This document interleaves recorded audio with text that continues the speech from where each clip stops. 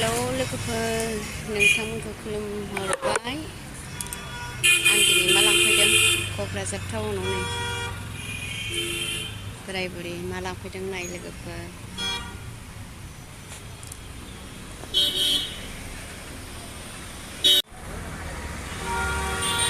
रं लांफैदों रं।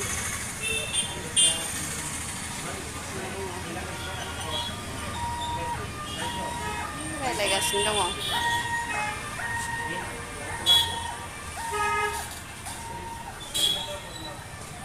रायज्लायगासिनो लोगोफोर।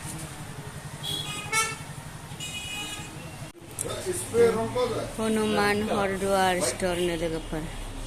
बिराद गिदिर कालार दखान बियो। बे मालिकआ जोंनि मिस्ट्रि बियो, आंनि हौवाजों जिरायनाया।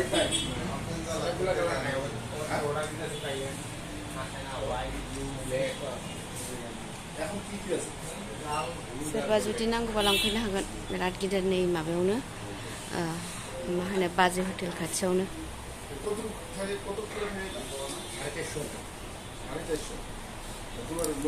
गौरां बिलिबो खाथि जाबाय आरो बारा गोजान नंला, गौरां बिलिनि खाथि जायो।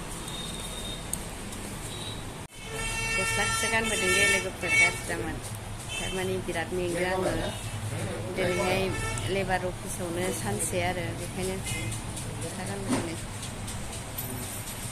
गाज्रिमोन, मालाबा मालाबा मेंनानै गाननाय जायो। लोगोफोर नैबेखौ लानाय जाबाय।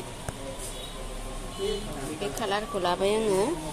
ओमफ्राय मोनसेया बेजों, ओमफ्राय नै बेजों मोनदां, नैबेखौ लानाय जाबाय। रुम सिंनि बेयो।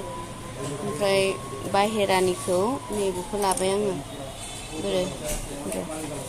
बाहेराना बबे मोनसे जागोन, नैबे मोनदां लाबाय आं बाहेरानिखौ। माबायदि नुगोन लोगोफोर खोन्थाहरलाय अननानै। ओमफ्राय दरजानिखौ आङो नैबेखौ लाबाय। बेखौ लाबाय। दरजा कालार बेयो, बेखौ लाबाय आरो लोगोफोर। बाय बाय। दिनैनि भिडिअखौ एसेयावनो दोनथ'नाय जानोसै। लाखांबाय।